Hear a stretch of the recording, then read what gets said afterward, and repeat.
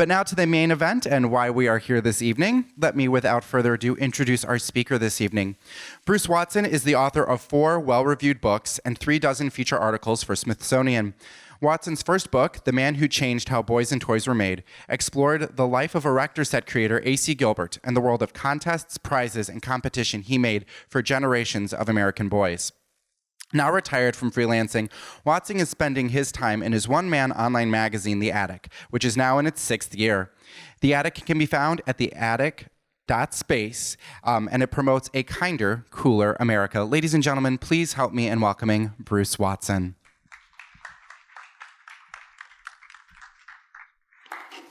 Thank you. I guess I'm now mic'd and turned up. Welcome. I think we're going to have some fun tonight. Let's have some wide awake fun. Let's have some doubleheader fun. Let's have some 1920s and 30s fun, and even on into the 1960s, I think. So as you see here, let's see, this is the book and the cover. That's the kind of fun we're going to have. The type of fun that some of you, I'm looking around here, look like you had. And if you're looking at me now, you can tell I'm of that generation too. Not quite that far back, but we're going to go back to that time. There was a time when things were simpler. It was a time when screens were most often found on windows and doors. It was a time when clocks had dials, as you remember, and when radios were big and boxy. And if you wanted to play a game, you probably needed a spinner or a pair of dice. In this simpler time, toys modeled the world as kids found it. Dolls were just slightly smaller than their younger brothers and sisters' owners. Model trains miniaturized the trains that roared through towns. Towns from Chicago on south to Kankakee all the way to where I was actually born in Peoria. I was born in Peoria. I did not grow up there, but I'm almost back home. I was hoping it was closer to Chicago today so I'd have time to drive down and see it, but at any rate, trains roared through every town in those days, and so kids like me had railroad trains that roared around the living room. In that simpler time, sports fans could play baseball on a tabletop diamond, hockey on a 3-foot plastic rink. Do you remember those rinks with the rods that moved in and out and spin and just go nuts? And football on a metal field where you would buzz and the little guy would go running around and inevitably go out of bounds. That was the type of fun that kids were having. The toy world back then had big names, Marx Toys, Mattel, of course, and Hasbro. But one man's toys modeled the world better than any toys before, and I think better than any toys since. From 1911 until his death in 1961, A.C. Gilbert's toys and his science kits, and ultimately, he didn't start this, but he bought it and took it over, the American Flyer train sets, brought the world down to size. With a Gilbert chemistry set, you could cook up crystals and other concoctions. Probably most of the things in chemistry sets today, in those days, would never be in chemistry sets today. They'd be way too dangerous, but it was more fun. With a Gilbert telegraph, you could wire up your neighborhood. Gilbert microscope or telescope expanded your horizons. But the flagship, I'll get into some of those later, but the flagship of the A.C. Gilbert Company was, of course, the Erector Set. Take a look at this ad. First of all, today, if you have 5 words in an ad, that's like a lot. People read in those days. They read, this is like as many words as you'd have in an article in Time magazine now. Gilbert is telling you, this is his signature phrase, hello boys, let's make lots of toys. And he's addressing the boys that he always spoke out to in many different ways with all sorts of examples and all sorts of examples and fun, excitement, and et cetera. We'll get into some of that later. But before we get to know the Erector Set, let's get to know the boy who made them. A.C. Gilbert, Alfred Carlton Gilbert, knew just what boys and some girls, and we'll get to that later, liked because he had been a boy like few others. He was an all-American boy. His all-American boyhood started out in Salem, Oregon in the 1890s. He grew up in Salem mostly and a little bit in Moscow, Idaho. And there, at the tender age of 10, he built his own athletic club in a barn. He put up pull-up bars and ropes and gymnastic equipment, and then he challenged all the boys in the neighborhood to contests, and he won every one. He called himself Gilly back then. He won all the prizes. You have to understand that the 1890s there was a physical fitness fad going on. They called it physical culture. There were a lot of weight training, and they would work out with clubs and things like that. It was also the heyday of it was the beginning of the heyday of Gilbert's hero, Theodore Roosevelt. And if there was ever a man-boy who occupied the White House, it was Theodore Roosevelt. You might know Theodore Roosevelt, as I say, was one of Gilbert's heroes because Roosevelt had built himself up. His father said to him, Theodore, you have the mind but not the body. He was a very sickly child. You have to build the body. And Roosevelt just threw himself into physical fitness and really made himself a remarkable physical specimen. He climbed the Matterhorn. He rode for 12 hours a day on his ranch in North Dakota in the saddle. Try that sometime. And so Gilbert actually got to meet Roosevelt in the White House, but we'll get to that in a minute. From Gilbert's auspicious start, he went on to become, at the turn of the century, I am convinced, the outstanding amateur athlete in America. He was 5'7", shorter than I am, 140 pounds. But he won a National Collegiate Wrestling Championship. He quarterbacked a small college football team. And in 1905, he came to Yale, and he set a world record in pull-ups, 44 pull-ups. I used to be able to do maybe 7. Couldn't do one now. 44 pull-ups, but his specialty was the pole vault. He was the world's premier pole vaulter. He invented the device where you have a little notch. Pole vaulters still use it. You put your pole in a notch and you go up. Prior to that, everybody used a spike. It was a spike pole. It was made of bamboo. And Gilbert was one of the first to clear 12 feet. And in the 1908 Olympics, we see him here. He is clearing 12 feet too. He won and shared the gold medal in the 1908 Olympics. That's how he met Theodore Roosevelt. All the Olympians went to meet Roosevelt at the White House. And Gilbert was the first person in the world to clear 13 feet in the pole vault. But in his spare time, he had an ace up his sleeve. Because while he was building his body back there in Oregon, he was also learning magic. He taught himself magic so well that he could actually put himself through Yale Medical School by giving magic shows in New Haven for $100 a night. That's a lot of money back then. And he, in 1909, he got his MD. In those days, being a doctor only required an undergraduate degree. You didn't even go on beyond that. He got his MD, but he'd never wanted to practice medicine. He had a different thing he wanted to do. And he would always recall the evening after he had graduated. His father had come out from Oregon to see his son graduate, and Frank Gilbert had always thought his crackerjack son would become a doctor. But Gilbert took him up to his apartment, and he showed him all spread out, all these toys and magic tricks that Gilbert and a friend were planning to market. He said it was disappearing this and vanishing that. And Gilbert said, we're going to make a living out of this, Dad. We're going to form the Misto Magic Company. And we're going to sell these little tricks. Well, Frank Gilbert was a banker. He'd always backed his son in everything he'd done. But he just graduated from Yale. He's got an MD, for God's sake. Isn't he going to be a doctor? What do you think his father did? Gilbert was so proud of this, he told this story all his life. His father wrote his son a $5,000 check, a loan, for 5% interest, and Gilbert was on his way. He started the Misto Magic Company. They sold sets for about 2 or 3 years, and he bought out his partner, and then he pulled off another magic trick. It was magic that inspired Gilbert's first product, the Misto Sets, and there's still you can still buy a Misto set, an old one, and they're collector's items, just like the Erector Sets. And it was one magical idea that became the first Erector Set. Another story Gilbert always told that he said came to him on a train ride. We're going to go back now to about 1911. So Gilbert's been working on the Misto Magic kits for about 2 years. This is what historians call the Progressive Era. It was a time of excitement and adventure and boys being boys around the world.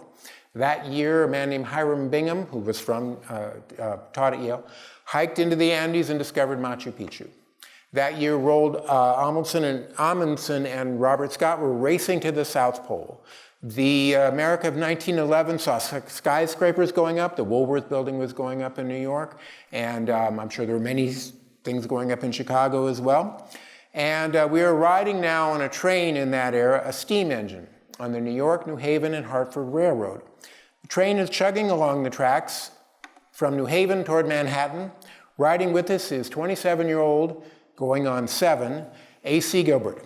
He wears the commuter's uniform, a suit and tie, and a face as blank as a ledger sheet. In contemporary slang, he's a go-getter, having passed all the masculine tests of his time. He's got a Yale degree, he's got world record in the pole vault and chin-ups, he's got an Olympic medal.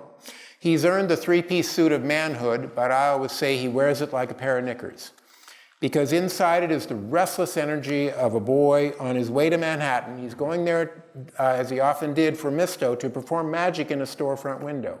He figured out the sets would just sit on the shelves unless there was somebody there in Macy's or some other storefront window to do the magic, and then they sold out. So he's going there just for another day to come back in the evening, be with his wife and newborn daughter. But as the jagged skyline comes into view, I believe this is New York about 1911, maybe not quite that old. Across the East River, the train slows down, and Gilbert looks out the window, and he sees men putting up these tall towers, 20-foot steel towers, topped by high voltage lines. They're converting the railroad from steam to electricity. And I have ridden this railroad many times now from New Haven into Manhattan. I live now in New England. Those towers are still there. And you can see them. And they do look like Erector Sets, don't they? So Gilbert got the idea, wouldn't it be interesting, wouldn't boys like himself find it to be great fun if you could build these things in miniature? Wouldn't they love to get their hands on and build derricks and cranes and all these things? This was the idea. That afternoon he went back home, raced into, I'm sure his wife was long suffering, must have had to get used to this kind of thing. He rushes in, tells her we're going to have great fun tonight, crackerjack fun. And after dinner, they get out they clear the table and they get out cardboard, like shirt cardboards and scissors, and they begin cutting out these girders and cutting little holes and notches in them and putting them together. They do this for many nights in a row, and after a few nights, Gilbert's got himself a whole set. He takes it down to a machine shop, and the machine shop makes them into real steel girders. They were an inch wide, the first Erector Sets. You don't remember those unless you had an old one. By the time you and I got our hands on them, they were ½ inch wide. But these were an inch wide, and with all the little bolts and gears, etc. And now Gilbert knows he has something really great, something dandy, something crackerjack, something wide-awake boys can use to build just like their dads. In the fall of 1913, Gilbert's magic comes out of the box and onto the shelves. That Christmas season, toy stores, hardware stores, and department stores begin selling Erector Sets. Any boy who was given one of these must have felt he'd been handed the keys to the kingdom. Other toys at the time were one-trick ponies. You pushed a button, you put a lever, it did what it did, you got bored, you went home, you found another toy. But the Erector was a different toy every time you opened the box. And look at that box. Flip the lid and the whole set was right there. I think that was a big part of the appeal. You just opened it and every part was laid out before you. Pick up the pieces, heft the girders. As I say, they were an inch thick in those days. And the teeth of each cogwheel and how they fit together, and the sturdiness of the set's own screwdriver came with its own screwdriver. You can tell I'm still excited about these sets. This was not a toy. This was how the world was built. This was how the world was put together. This was the stuff of whole afternoons of binge building, whole weekend projects of pride and power. On Christmas morning in 1913, boys across the country began building their own private 20th centuries. Whether they lived in skyscrapered cities or on farms where the tallest structure was a windmill, Christmas brought them a model for the machine age. Not a single boy who opened one of these is alive, I think we can fairly say. But while unpacking it, many must have resembled the picture on the box. Here we see a family gathered around a fireplace. There's Dad wearing his suit. Did fathers really wear suits? I think perhaps, around the Christmas tree. Mom has on a nice house dress, and there's some stern uncle or maybe a brother off on the side, and on the floor are two boys in knickers building the future. To the boys who opened them, the Erector Set must have made the rest of Christmas seem juvenile, silly, somehow beneath them. And yet it did more than that. Within 3 years, Gilbert sold $1 million worth of Erector Sets. And it had begun to change the way boys and toys were made. So some of you know the rest of the story. It's the American Dream story. It's the Horatio Alger story. It's the can-do, wide-awake, put-me-in coach story. Between 1913 and 1961, when he passed away, Gilbert sold 30 million Erector Sets. Now, there were only 120 million people in the country, up to about 150 million when he died. 30 million sets, that's a lot. He became a legend in the toy industry and a household name across America. He was profiled in Life and Time. He was profiled in the New Yorker. He was a household name. Everybody knew the toy manufacturer A.C. Gilbert. He did this by selling more than Erector Sets. He sold himself, and he sold his boyhood, as we'll see. Among his tactics were some really clever marketing things. He got a train car and took it around. He didn't go in it, but he took his salesmen around the country, and they'd pull in, they'd have the advance men come out and say, the Gilbert car is coming to your town in 10 days, in 5 days. They had lines down the block to get in and see all the toys, all the different kits. He had a contest.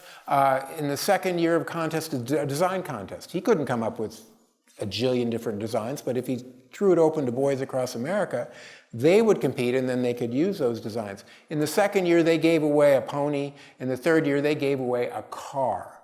You could win a car for the top prize. It's like a $750 car. And so it was quite brilliant, and he also began to expand his market with all sorts of toys and kits. He was really the father of the educational toy industry in America. From his small factory just north of New Haven, I visited a long time ago. It's still there, and it must be something else by now, but they still give tours of it and things like that, the Gilbert fans. They came telescopes and microscopes and chemistry sets, and there were kits for just every kind of science you can imagine. Light and sound, magnets, engineering, and electrical engineering, hydraulic and pneumatic engineering. So it's every kind of kit. These kits are really collector's items because they didn't go on much beyond that. However, in 1950, Gilbert put out, get ready for it, an atomic engineering kit. The atomic age had arrived, and atomic energy was considered to be a wave of the future. And atomic engineering kit, a Gilbert atomic engineering kit, I think it sold for 30 or 40 bucks, had a Geiger counter, had a cloud chamber, had radioactive isotopes. It didn't sell real well. But Columbia University bought 5 for their students. So that was how he was always looking to that type of thing. But by the way, many of the manuals of the Gilbert kits were written by Ivy League scientists. He always had a connection to the Ivy League. But the flagship of the Gilbert line was always the Erector Set. Now, I'm going to get a little personal here. Yes, I did have an Erector Set. Here it is. It's not, I found my models. That's obviously not the one, but I was 8 years old in 1961. And I got a 2-foot-tall tube of girders and gears, and it frustrated the hell out of me. 8 is too young for an Erector Set. There was an Erector Junior that I probably should have gotten, and was a little bigger, but those bolts, those screws were this tiny, and the bolts were this small, and for every model I made, I must have thrown 3 or 4 across the room. I made cranes that looked more like a bird than an actual crane. I made a seesaw wagon that didn't see or saw, and it was a disaster, and I pretty much left I was toward the end of the Erector world. I was moving on to other things. I left the Erector Set to my brother, who, by the way, became a mechanical engineer for Hewlett-Packard. My brother could build anything. But in 1961, my brother and I did not know that by that time, Erector was really on its way out of American life. And I had no idea what my 2-foot tube had once been. So let's go back. I discovered all this as I was writing. Let's go back, because in the 1920s, Erector sets were simply astonishing. Beyond cranes and seesaw wagons, they built robots. They built giant zeppelins. Here's the Zeppelin model. They built bridges a boy could sit on, according to the ad anyway. And the biggest set, the one that all collectors now must have, was the number 10 Erector Deluxe in all its glory. That's what they called it. The Erector number 10 didn't even come in a box. It came in a big oak wooden chest. It had 2,000 parts. It was a hefty oak chest that weighed about 80 pounds. The set built 700 different models, plus any that you could make up. At $50, which was, I've done the math, it was would be about what, $800 today. It was certainly the greatest toy in American history. If you want one, if you just have to have one, they're still out there. You can buy one on eBay. If you can find one, they start at about $5,000. There are all sorts of other Erector sets on eBay that started around $100, $150, and we'll get into collectors later. So A.C. Gilbert went on, sailing through the Depression. Here's another Erector set ad, boys, and he was a master marketer to boys. As I said, I'll get into that in a minute. During the Depression, he added American Flyers trains to his toolkit. They were already going, but I had a Lionel train, different story, but American Flyers were better, I think. They had 2 rails instead of 3, just a better design. And he lived on his own estate. He was really rich by now, and he lived on his own estate, a 600-acre estate he called Paradise, north of Connecticut. And he wrote an autobiography called The Man Who Lived in Paradise. He went hunting, traveled to the Canadian Rockies to hunt bear and bighorn sheep. He hobnobbed with generals, politicians, perhaps colonels, and of course, toy makers. And he built the A.C. Gilbert, he put in the A.C. Gilbert Hall of Science in Manhattan. It was probably the first hands-on science museum in America in the 40s. And here he is as an older man, posing with one of his toys. But I have neglected to mention how this boy became a father to millions of boys. Along with his unique toyland, he created a boyland. He recognized that boys were often, children in those days were supposed to be seen and not heard. Remember that phrase? And so he reached out to boys across America, and they listened. He had, of course, along with his Hello Boys, he put out from the beginning, this is 1915, Erector Tips. And this came out every month. And it didn't just have tips on Erector, it had whole stories about his boyhood. He told stories about that barn that he built, and about Gilly, who won all the prizes. He told stories about the Olympics, and about meeting Teddy Roosevelt, etc. And he really packaged himself as a boy, and boys responded. "School is out," he wrote in one Erector newsletter. "I'm as glad as you are. Now you can fish and hunt and go on hikes. You can spend your vacations having first-class fun. Go for it." That's the kind of dad I want to have. Recognizing a big boy when they saw one, little boys responded, and they wrote him 300,000 letters a year.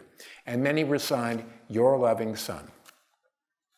"Hello, boys, make lots of toys." It was a simple slogan, but it meant so much to boys back then. It meant so much because Gilbert really cared about boys. He worried about what would happen to them. There were a lot of boys who were getting into trouble. They called it the boy problem. Gilbert advertised one Erector set by saying it solves the boy problem. We'll get into the girl problem later.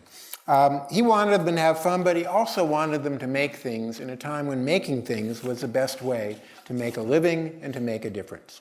He was part boy, part athlete, part businessman, and he knew how to speak to boys of all ages. It just takes time and a little concern and sometimes a little magic. So there was a simpler time, and old Erector sets traded and collected and resold online reveal that time as well as any history book or any photo album or any story told by some aging boy in a rocking chair. If you want to get started in Erector sets, I will tell you, here's a place to start. This is not my book. This is the this is the Bible of Erector set collectors. This is just the first of 2 volumes. This is 1913 to 1932. This man named Bill Bean, whom I met when I was writing my book. He's in Ohio. He is the collector, but there are hundreds of collectors all around. This is every Erector set. From 1913 to 1932, every single piece chronicled, many ads, pictures, they all laid out for you. Some of these, and then there's another volume. Some of these Erector sets, as I say, sell for $50, $100, $200. When I was writing my book, I didn't have my old set. God knows what happened to it. So I bought one. I bought one at a Erector Set convention. There's an A.C. Gilbert Heritage Society. They meet every year somewhere. They're meeting next summer in New Haven. And I went to one in, it was Carlisle, Pennsylvania, I think. And I bought an Erector set, about a big hefty one. And you just try getting an Erector set through the airlines now. This was actually before 9/11. I don't think you could do it now. But anyway, I took it back home and I took it up to the attic, and my son was little then, and he was as frustrated as I was. We made a bunch of things, and I made some things that actually did work. And I actually made my own design, a little Eiffel Tower about that tall. So I finally got my chance to be an Erector boy. It's never too late, I guess. Because A.C. Gilbert made toys, but he also made boys. Gilbert boys grew up to be mechanics and engineers and chemists and doctors and builders and makers. I think it is no exaggeration to say that A.C. Gilbert built the boys who built modern America. A.C. Gilbert died in 1961, same year I got my little Erector set, and he left his company to his son, A.C. Gilbert Jr. Now, it is never easy being the son of someone that famous, and poor Al Gilbert did his best, but his heart really wasn't in it. And he was also coming in way too late. He'd been working for the company many years, but it wasn't his fault. But the A.C. Gilbert Company was by then facing some really strong changes, not just in the toy industry, but in boys themselves. I have just two pictures to show you. These are boys in the 1940s. They are playing with trains. Look at those boys. Boys? Some of those boys are 14, 15, maybe pushing a little beyond. Some of the boys who entered Gilbert's contests were 16 and 17. One boy took his $500 prize money and applied it to his tuition at MIT. So this was boyhood in those days. You could consider yourself a Boy Scout, up until 15, 16, 17 years old. The word nerd had not been invented yet. And it was not considered nerdy to do that. Fast forward to the 1960s. These are boys in the 1960s. They are about the same age as the boys you see in the 1940s. They are not the same boys at all. They are now interested in rock and roll and cars. They're probably tinkering, like my brother did, with their own cars and building on that level. So Erector Set was a time that it was passing very rapidly. And by around 1967, the company went out of business. It died a slow death. It was soon bought out by other companies. The name was still Magic, and you still sometimes see it. It was bought by Meccano, which was an English company that was in existence before Gilbert, and some people wonder whether he knew that. But they began to dumb it down. And this particular kit, some kits made 7 models, some made 10. This one makes 25. You might as well say, hello, boys, let's make fewer toys. It just didn't have the appeal at all. So A.C. Gilbert's toys modeled the world. They caught the world in a box, perfect for Christmas mornings and rainy afternoons, and the many, many hours we each traverse on the road to adulthood. But that simpler time is gone now. And gone too, actually, because I drove through Chicago today and I drove under the L, and it still looks like an Erector Set to me, it's not quite gone. But as you know, the mechanical world is changing very quickly. If you were to show the picture of the boys at 16 and 17 now, you know they'd be behind a screen. They would be doing everything digitally. It's an entirely different world now. But there was that simpler time, and it had to do, I think, with magic. And so I'd like to close, unaccustomed as I am, with a magic trick. I really am unaccustomed to this.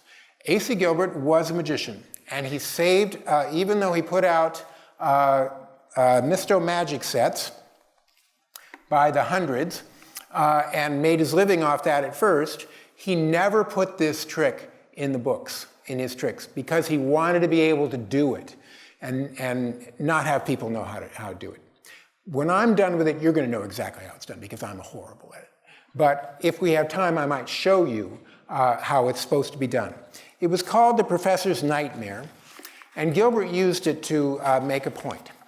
He would like to believe that boys of all ages could be reached with his Erector Sets. And so he would say, imagine this is the young boy, maybe 7 with the Erector Junior, moving on to 8, 9, 10. Here we have the middle-aged young boy, 10, 11, 12, 13, 14, and here we have the older boy. Let's see how we do this.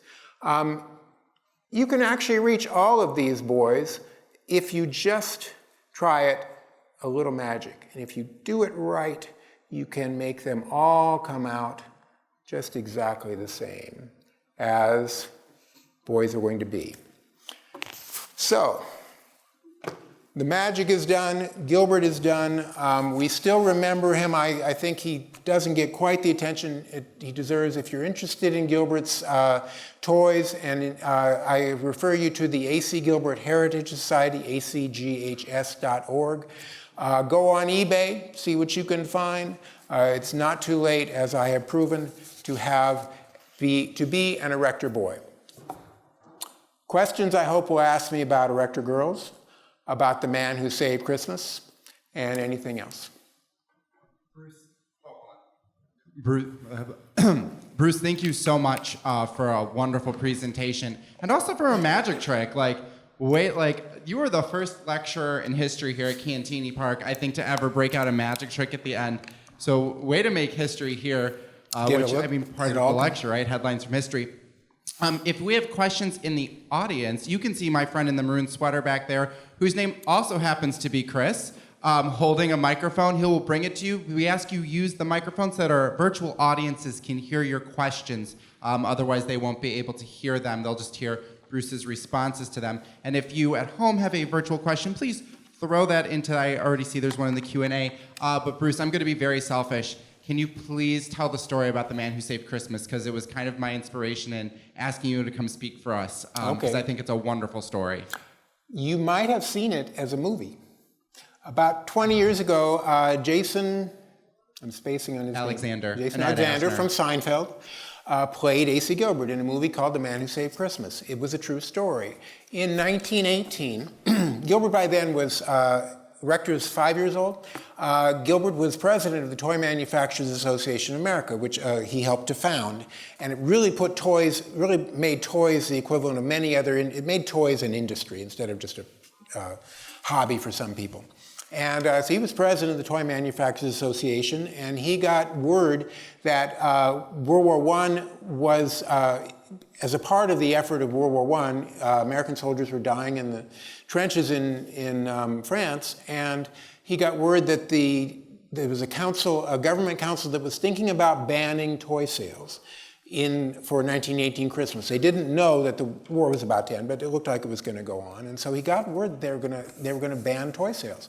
We were already rationing meat, rationing gasoline, rationing other things, rationing wheat. They had wheatless Wednesdays and meatless Mondays. American people were sacrificing, and this council, made up of Woodrow Wilson cabinet members, thought that toys too they were just too frivolous. Well, Gilbert got a bunch of toys together, including Erector Sets, a big toy submarine, some ships and other things, and he took them down to, and with a couple toy manufacturers, they went down, they made an appointment for it. They got 15 minutes at the end of the day. This was in September of 1918. With Christmas sales and the big Christmas season coming up. And they went in and they went through security, and these security guys looked at these toys, and then they told them who they were, and they said, okay, go ahead, and they sort of stashed the toys behind the chair, and Gilbert got up and he gave a talk. He was a good speaker, and he gave a talk about toys are the most important thing in a child's life. American soldiers are great toy marksmen because they had toy rifles, daisy rifles, and other things, and toys are very important. And the men said yes, yes, yes, and after about 10 minutes, the manufacturer said, well, should we get out the toys? And they did. And cabinet members became boys again. They picked up these toys. Some of them got down on the floor. They started playing with these toys. They looked up Gilbert and asked, "Are these really available? Can we do?" But they spent about an hour playing with toys, and they canceled the ban.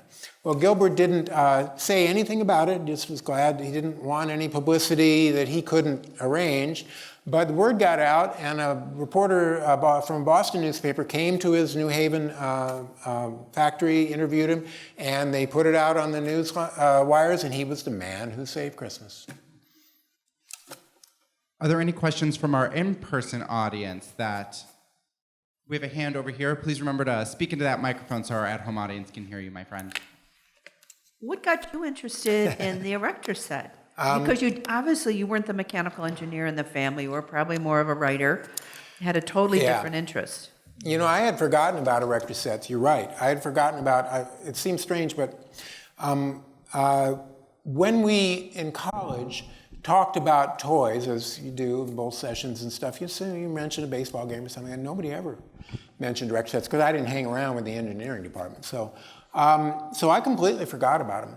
And I was writing, I used to write for Smithsonian Magazine in the 90s, and they had a column that they called The Object at Hand. Now, Smithsonian, as an institution, has 5 million objects. So each month they'd pick one, and a writer would pick one, and they'd write about the background to it. So they said, come on down to the Smithsonian and pick an object. So I was going through an exhibit they had in the American History Museum called Science in American Life, and there was an Erector Set. And it's like, whoa. I remember these, and I just thought, well, that's going to be interesting to write about. I didn't really know about A.C. Gilbert. I knew the name, but I didn't really know this whole story. And so I wrote an Object at Hand column, and this is how it's supposed to work. Talk about Horatio Alger's story.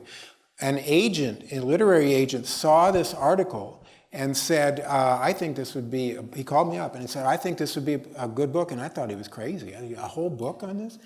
But I said, well, I've always wanted to write a book. I'll give it a try. And I wrote up a proposal, and then they bought the book, and I wrote the book.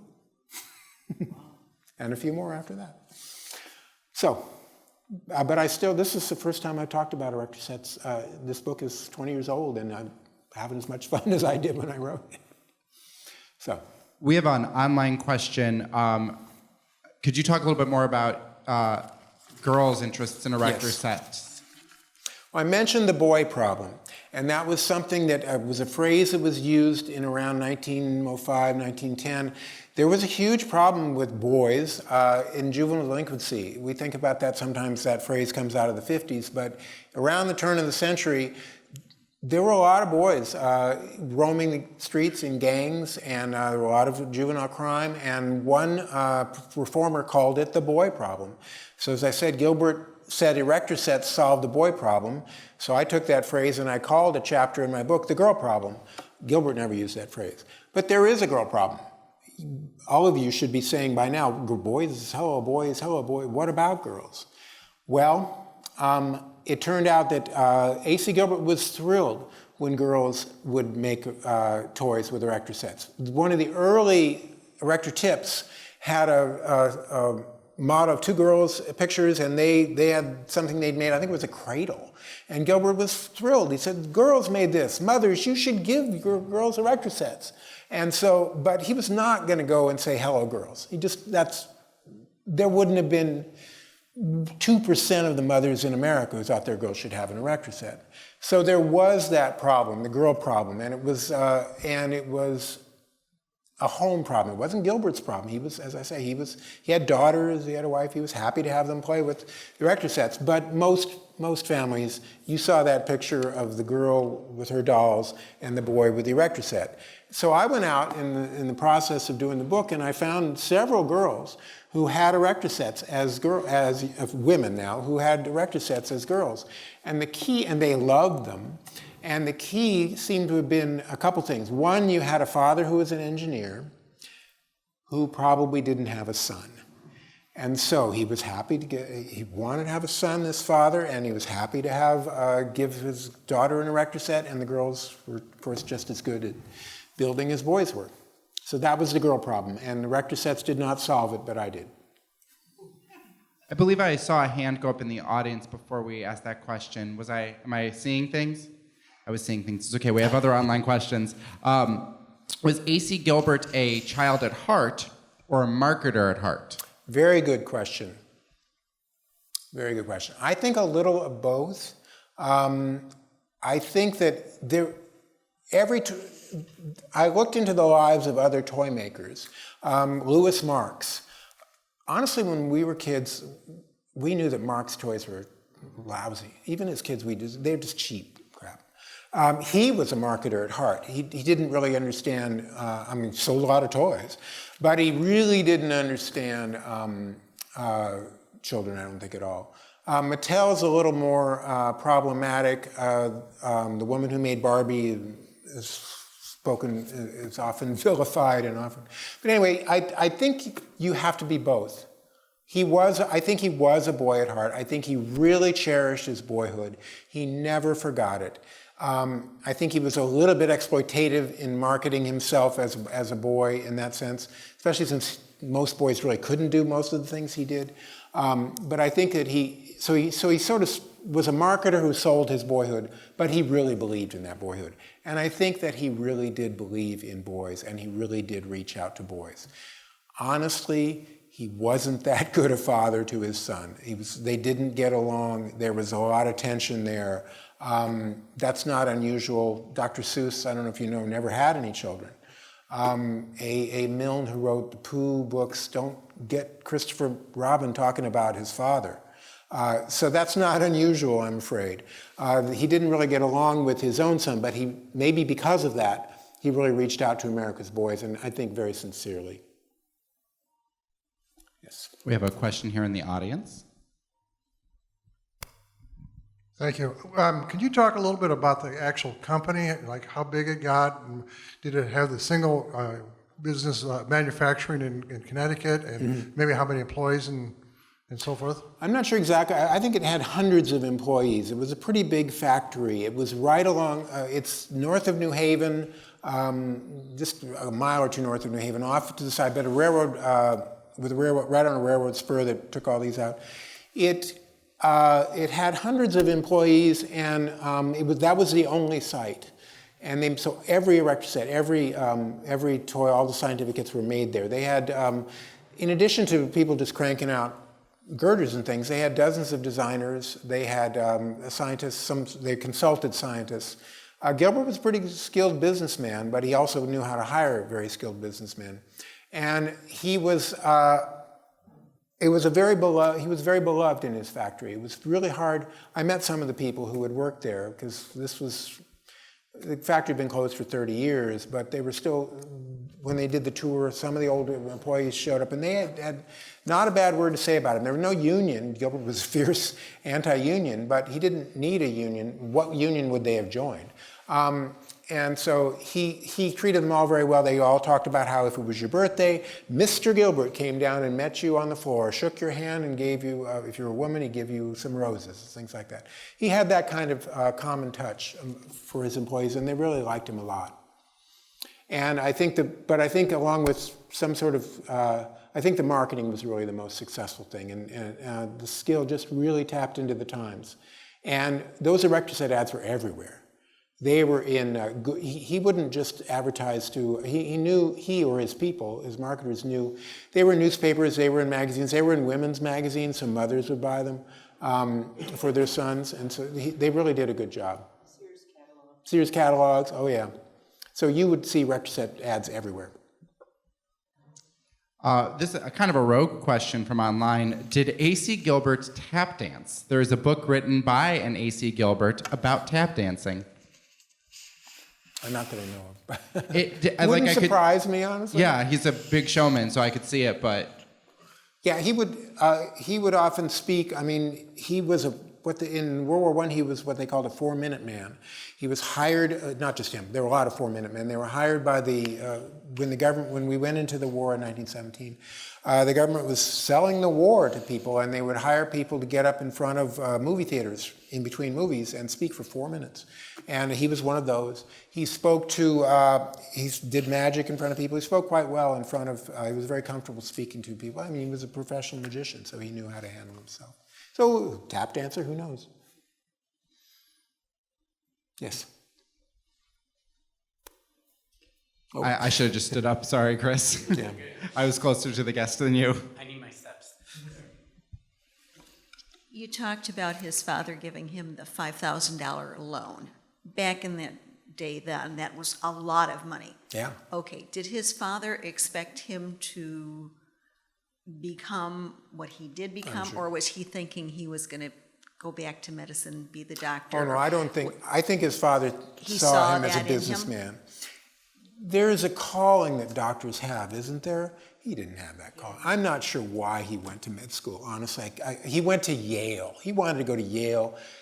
In those days, Yale was, believe it or not, one of the most prominent athletic colleges in America. The Yale-Harvard game was a nationally covered game. It was a very prominent platform for his pole vaulting. And by the way, he continued. He was very proud of his Yale degree, but he didn't want it. He continued to coach pole vaulting at Yale for many years afterwards, for decades after, including some national champions. His father, I'm sure, knew who he had as his son and saw him as a businessman. Question from online. Did the Depression have an effect on the sales of his products? Not. They cut back. Those huge sets in the 20s disappeared. And if I were to look here, this goes up to 1932, but I'm sure if I were to, the line was cut back pretty drastically. But the sales continued all the way through. But I think that's probably why he bought American Flyer in 1938, right in the middle, or toward, it was still pretty bad in the Depression, and he needed that to keep the company solvent, probably. I don't know if it ever faced bankruptcy, but sales certainly took a hit. You couldn't afford, nobody's going to pay $80, probably not even $10 for kits, so they did take a hit. And then, was he a millionaire? How old was he when he died, and what did he die from? He would have been 77 when he died. I don't really know when he died. I think it's a heart failure, if I'm not mistaken. It's been a while, hasn't it? He was a millionaire probably by 1915, maybe certainly by 1920, and so he was many times over. But he died at 77. Just because you brought up his father, and I know in the film that you mentioned, the extremely high production made-for-TV movie, his dad is played by Ed Asner, and they kind of portray a little bit of what you're referring to. How historically accurate would you say that movie is on the whole? Because, I mean, the movie really only pictures him having one child, and you mentioned he had daughters as well as his son. Yes, he did, yeah. It's a movie, historically accurate as any movie. I think it was just remarkable that it was made. It came out of nowhere for me. It came out about the same time as the book, and so somebody was following this story along. I think not only is it a movie, but it's a Christmas movie. And that means it's going to take a lot of liberties. So I'm just grateful that it spread the story. A long question just came in, but I have a short one before it. Before I go back to online questions, I'm monopolizing. Are there any other questions from our in-person audience? They're still marinating. Did he have patents on all of his Erector sets? There are many patents. I don't know how many, but he patented the girders. If you remember, the girders, this is what made it better than Meccano, which was its English competitor. The girders had, on each one, had a little lip on each side, and they locked together. And so you couldn't, once you screwed them in, they were really strong. You couldn't even, you could bend them like this, but you could not twist them in any way. And that was a patent. I believe there were many other wheels and other things that were patented. There were little train houses and things like that, but I'm not sure exactly how many patents it had. I don't think I think they're in the name of the company and not A.C. Gilbert. But the most important patent was that little lip that the Erector girders had. And I don't think the first sets had those, but I'm not sure. This is more of a statement or story than it is a question, but an online guest was sharing they had an Erector project and I think this just goes to kind of show the legacy that the Erector set and A.C. Gilbert has, that it's spanning all the way to a story today, where this individual almost electrocuted their father in the 1950s with their Erector set and scared the bejeebies out of their mother. When did, just to spin off that, when did electricity enter the Erector sets, do you know? I forgot to mention, Erector Set was one of the first, probably the first American toy with a motor. And it, with a battery-operated motor, then later a plug-in 110-volt motor. And the Gilbert factory made so many motors for the Erector sets that sometimes they had surplus. You could buy, in the 1920s, you could buy a Gilbert fan. You could buy just a portable fan, put it up on, they used a motor and a fan. And so that was another cool, and some other devices as well with electric motors. So he became one of the largest manufacturers of small electric motors in America. That was in the 20s, I believe. My set did not have a motor. That was sort of the real gateway. If you had a set with a motor, you really had something. And then, of course, the bridge would go up and down, and something else would happen. And so, something else I was going to say was, when I went to the A.C. Gilbert Heritage Society convention, I met people like my brother, people who grew up with their Erector sets, and they brought to the convention the most incredible things you've ever seen built out of an Erector set. One old guy had built a model of the Mount Palomar Observatory. It was like this big, with the motor opened the thing and the telescope was in there. People had these amazing things that were just wonderful to look at, and so that was a huge amount of fun, because these guys are still building with it, Erector set. Some people just collect them, and they're all in the room, every single piece. But a lot of people really are still building with them. Oh, and one other thing. The Bailey Bridge was a portable bridge. It was built that was one of the most important innovations in World War II. It was a portable bridge that soldiers could go out and set up with, you know where I'm going with this. The prototype was built on an Erector set. So there were some other practical uses. Somebody built a prototype for an artificial heart with an Erector set, and so there are all sorts of things that it was eventually used for, or that was used to set up and build a prototype for. Well, I would like to be respectful of the time commitment we've asked of you, and of course the time commitment that of our audience, both in person and online, as we are closing in on the 8 p.m. mark. But I would like to ask one final question that I know my coworker asks to some of her presenters, and it's, what about A.C. Gilbert's legacy would you like our audience to take away to impart on generations to come? What about A.C. Gilbert do you think is something that we should be keeping in our minds? I think it's he's a one-off. He's what they call an American original. I don't know any toy maker, I don't know a lot of toy makers, but I don't know any parallels in either American history or in other countries' histories. So his legacy is not his life, even though he tried to make it that. His legacy is that toys matter. Toys really do make a difference. My last chapter here, I had the boy problem and the girl problem. The last chapter is called the toy problem, because I think we got a toy problem in this country. I think we have, I don't expect boys today or girls to go out and build with Erector sets, but I think the more they can build, the more they can build with hands-on things and not just digital stuff. There are still a lot of construction sets out there. K-Nex and Legos, of course. I understand you're going to have Legos here this weekend. And the more you can get your boys and your girls to build with toys, they're building something in their heads that is very important. It's a whole way of looking at the world that my brother had, I never did. But everybody can, even if you don't make an engineer, you make someone who understands how things are built and doesn't just throw up their hands baffled by the way things are built. And I think that's the legacy that he left, that the world can be understood at a childhood level. if you just give them the right toys.